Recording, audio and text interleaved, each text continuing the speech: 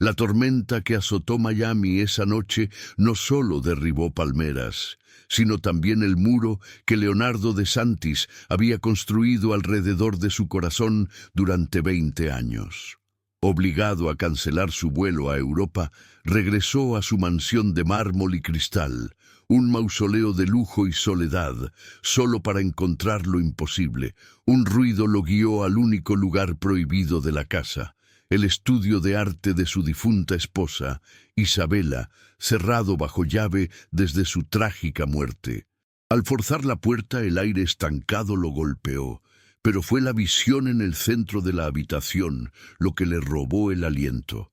Una joven, empapada y temblorosa, idéntica a Isabela, sostenía el relicario que él mismo le había regalado y que se suponía hundido en el fondo del océano. El mundo de Leonardo, un imperio de éxito construido sobre una base de culpa y resignación, se fracturó en un instante. Su mente gritaba que llamara a seguridad, que expulsara a la intrusa, pero su alma veía un fantasma, un milagro doloroso. ¿Quién era ella? ¿Cómo podía existir una copia tan perfecta de la mujer que había amado y perdido?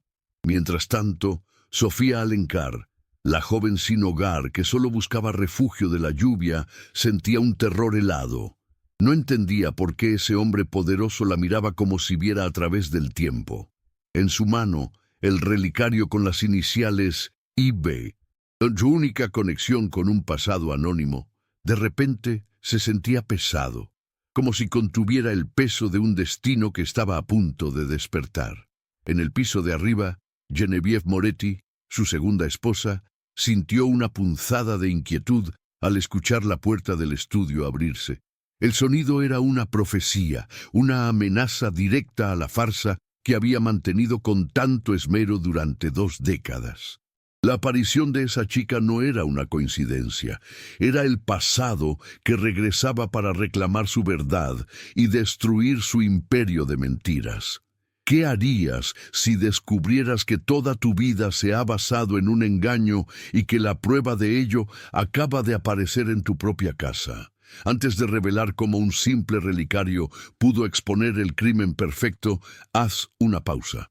Si crees que el destino puede reescribir la más triste de las historias, toca el like y suscríbete ahora, porque lo que está por venir cambiará todo lo que piensas sobre la justicia y las segundas oportunidades. La lógica le gritaba a Leonardo que la echara, que llamara a seguridad y pusiera fin a esa pesadilla. Pero una fuerza más antigua, una memoria grabada en su alma, se lo impedía. Frente a él, Sofía temblaba, no solo de frío, sino de un miedo profundo, aunque en sus ojos había un destello de reconocimiento, como si ese lugar le fuera extrañamente familiar. «Te quedarás aquí», decretó él, con una voz que no admitía réplica, ignorando la mirada asesina de Genevieve. Su esposa, observando desde el umbral con una furia helada disfrazada de preocupación, vio su mundo de mentiras empezar a temblar. Para Sofía, la oferta era un salvavidas en medio de un océano de terror. Por primera vez en su vida, no se sentía completamente sola. El estudio de Isabela, un santuario de dolor durante 20 años, se transformó de la noche a la mañana en un centro de investigación. Mapas, documentos y una vieja laptop cubrían la mesa donde antes solo había polvo. «El orfanato es lo único que tengo», susurró Sofía, mostrándole un gastado papel con la dirección. Leonardo, por primera vez en décadas, sintió un propósito que iba más allá de acumular riqueza. La búsqueda de la verdad era un bálsamo para su alma herida. Mientras trabajaban, la desconfianza inicial de Sofía se disolvía, y en lugar del magnate imponente, veía a un hombre ahogado en una tristeza infinita. No sabían que, al otro lado de la puerta, Genevieve escuchaba cada palabra, su mente tejiendo una red para atraparlos. Genevieve no tardó en actuar.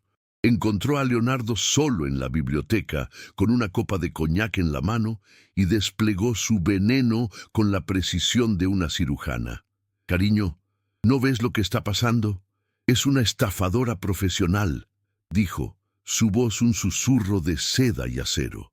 Ha investigado sobre Isabela, ha encontrado una forma de parecerse a ella y ahora está aquí para quitárnoslo todo. Está usando tu dolor en tu contra. Cada palabra era un dardo diseñado para reabrir viejas heridas y sembrar la duda. Por un instante, el corazón de Leonardo flaqueó. Y sí tenía razón, estaba siendo víctima de la estafa más cruel imaginable, cegado por su desesperado anhelo de revivir el pasado. Pero entonces, Leonardo recordó la mirada de Sofía. Había un terror genuino en sus ojos, una vulnerabilidad que ninguna actriz podría fingir. Con una resolución de hierro, se alejó de Genevieve sin decir una palabra y regresó al estudio. Tomó el teléfono y llamó al orfanato.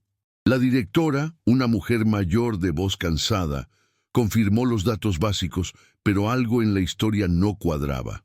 Los registros dicen que la dejó un desconocido, pero recuerdo a la enfermera que la recibió.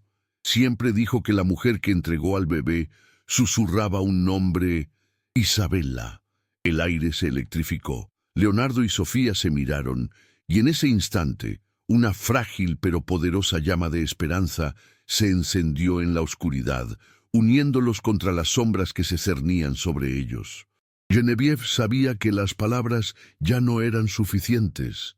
El vínculo entre Leonardo y esa muchacha se fortalecía con cada hora que pasaban juntos, una amenaza que debía ser aniquilada de raíz. Con la frialdad de una depredadora, se deslizó en la habitación de invitados donde dormía Sofía y escondió un brazalete de diamantes, un regalo de aniversario de Leonardo, entre las pocas y gastadas pertenencias de la joven.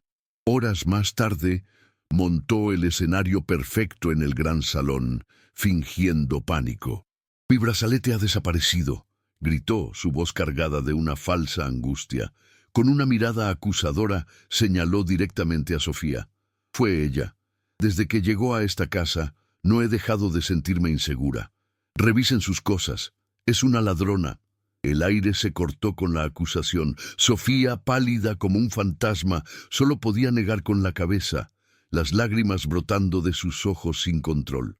Yo nunca haría algo así», susurró, su voz rota por la incredulidad y el miedo profundo. Leonardo se sintió atrapado en una encrucijada infernal. Por un lado estaba su esposa, la mujer con la que había compartido su vida durante 2 décadas, presentándole una prueba irrefutable.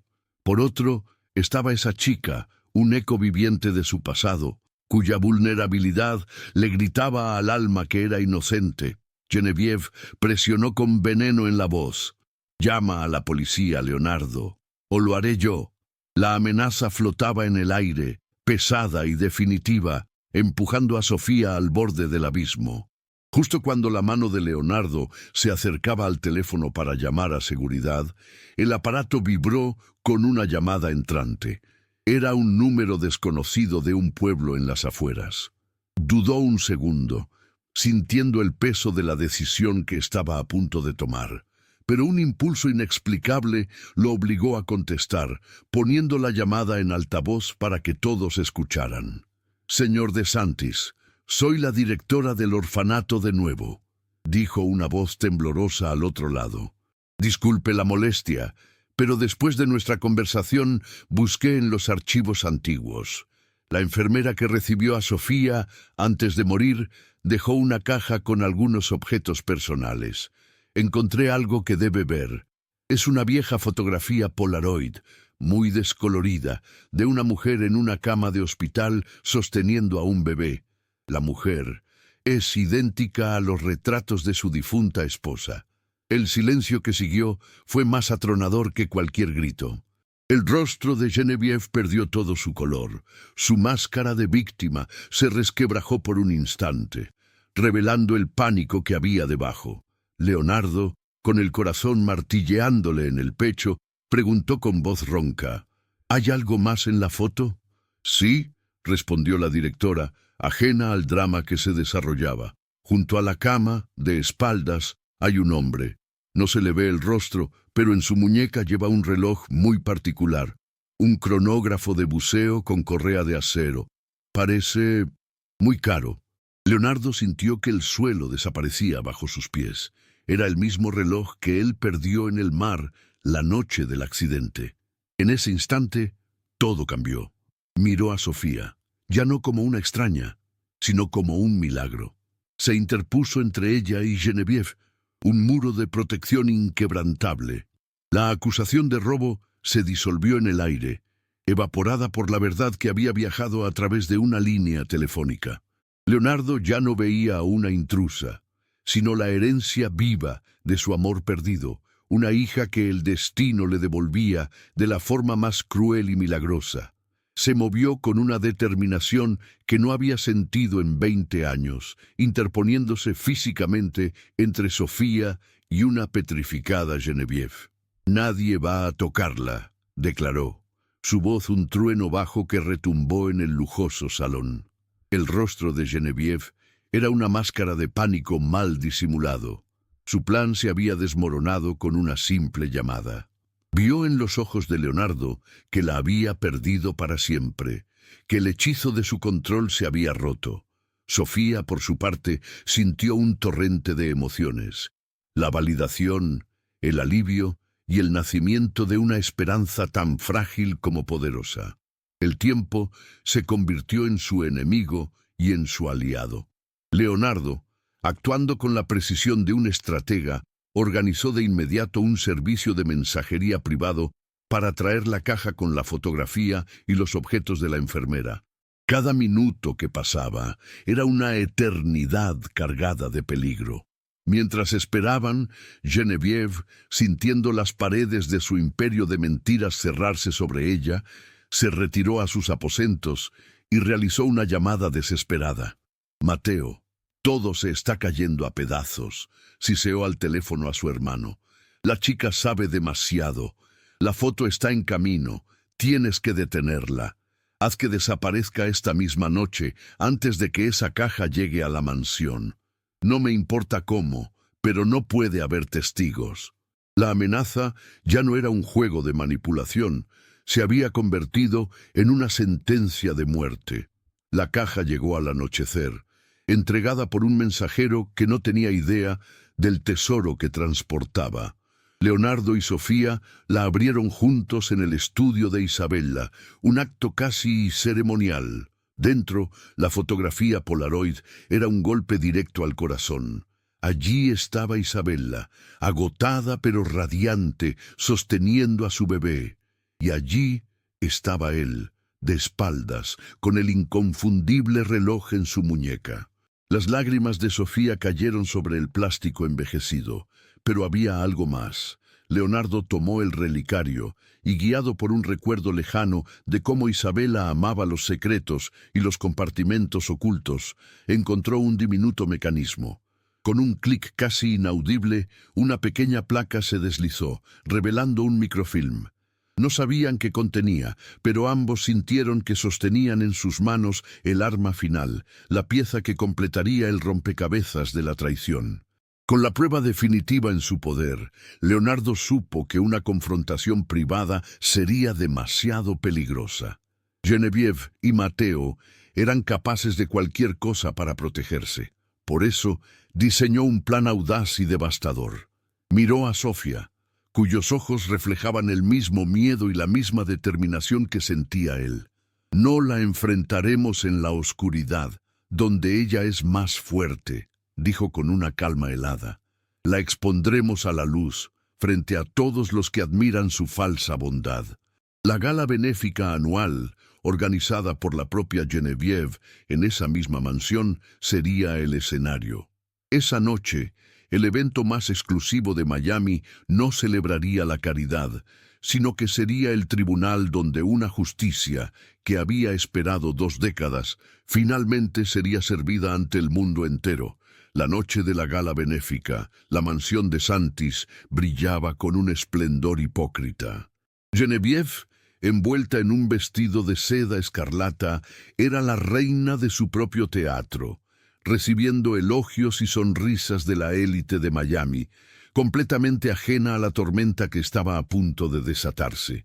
Leonardo, a su lado, mantenía una compostura de acero, mientras que Sofía, con una elegancia sencilla pero radiante, observaba todo con el corazón latiendo desbocado.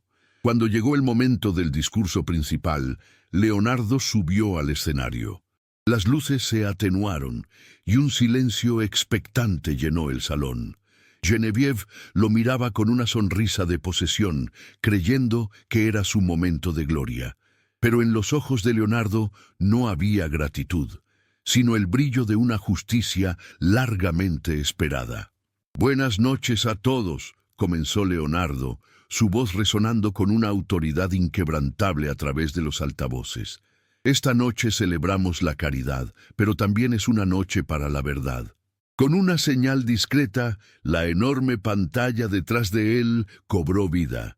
En lugar de gráficos sobre la fundación, aparecieron documentos financieros, transferencias bancarias y correos electrónicos comprometedores. Era el contenido del microfilm. Un murmullo de confusión recorrió la multitud. Leonardo procedió a narrar, con una calma aterradora, cómo esos documentos probaban el fraude masivo orquestado por Matteo Moretti, utilizando su empresa como fachada. La sonrisa de Genevieve se congeló en su rostro.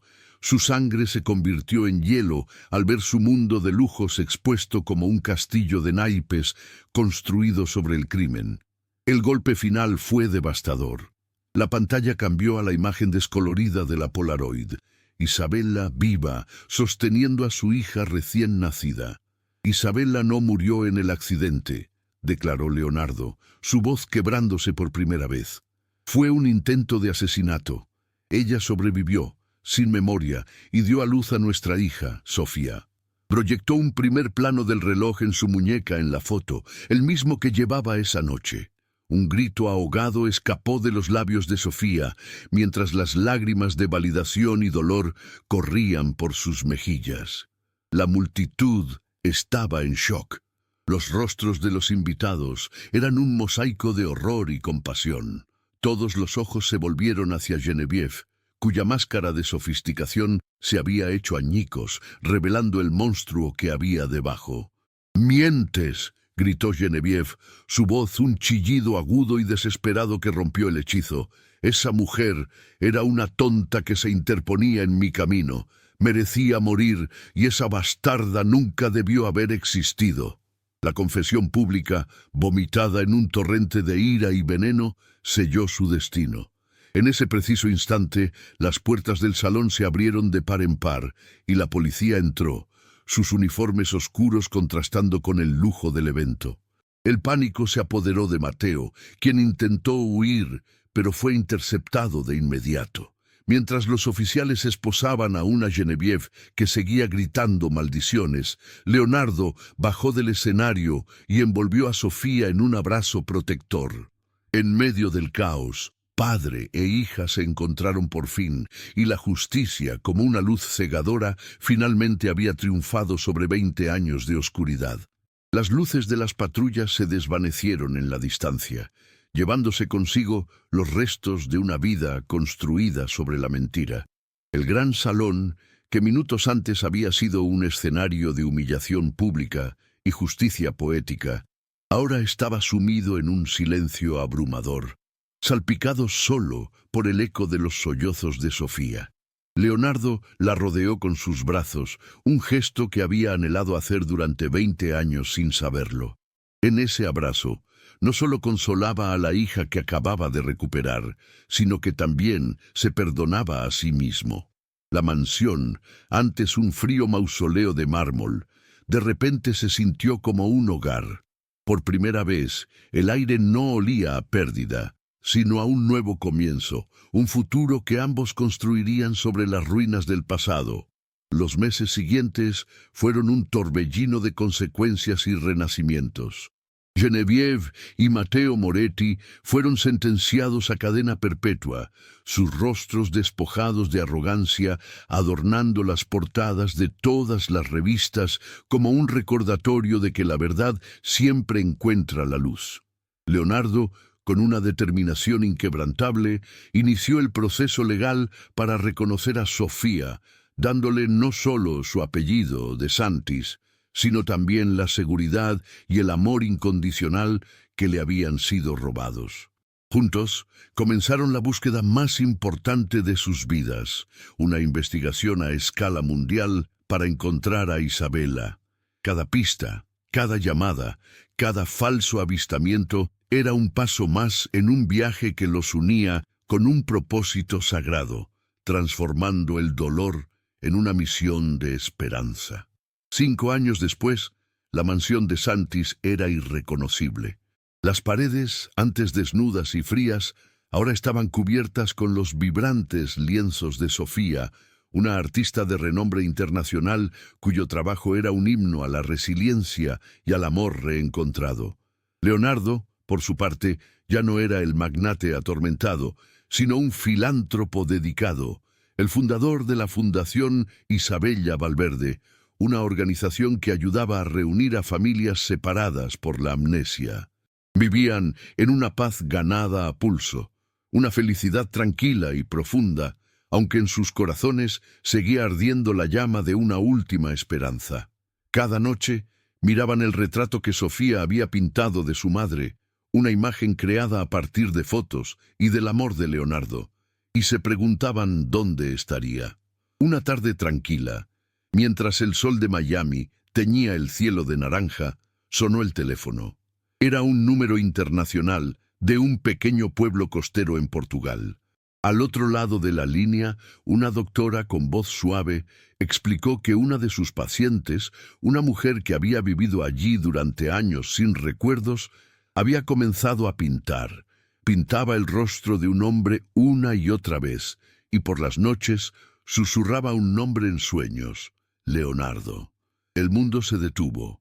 Padre e hija se miraron, las lágrimas brotando en silencio, un torrente de incredulidad, alegría y certeza absoluta. El viaje había terminado. Era hora de volar, de cruzar el océano y, finalmente, de traer a Isabella de vuelta a casa para completar su familia. La jornada de ellos demuestra que el amor, forjado en el dolor y la verdad, es la fuerza más poderosa del universo. Si esta historia de redención ha tocado tu alma, compártela para que más personas crean en lo imposible. Y suscríbete para más relatos donde el bien siempre triunfa, sin importar cuán oscura sea la noche. Juntos vamos a celebrar los giros del destino que solo el corazón puede escribir.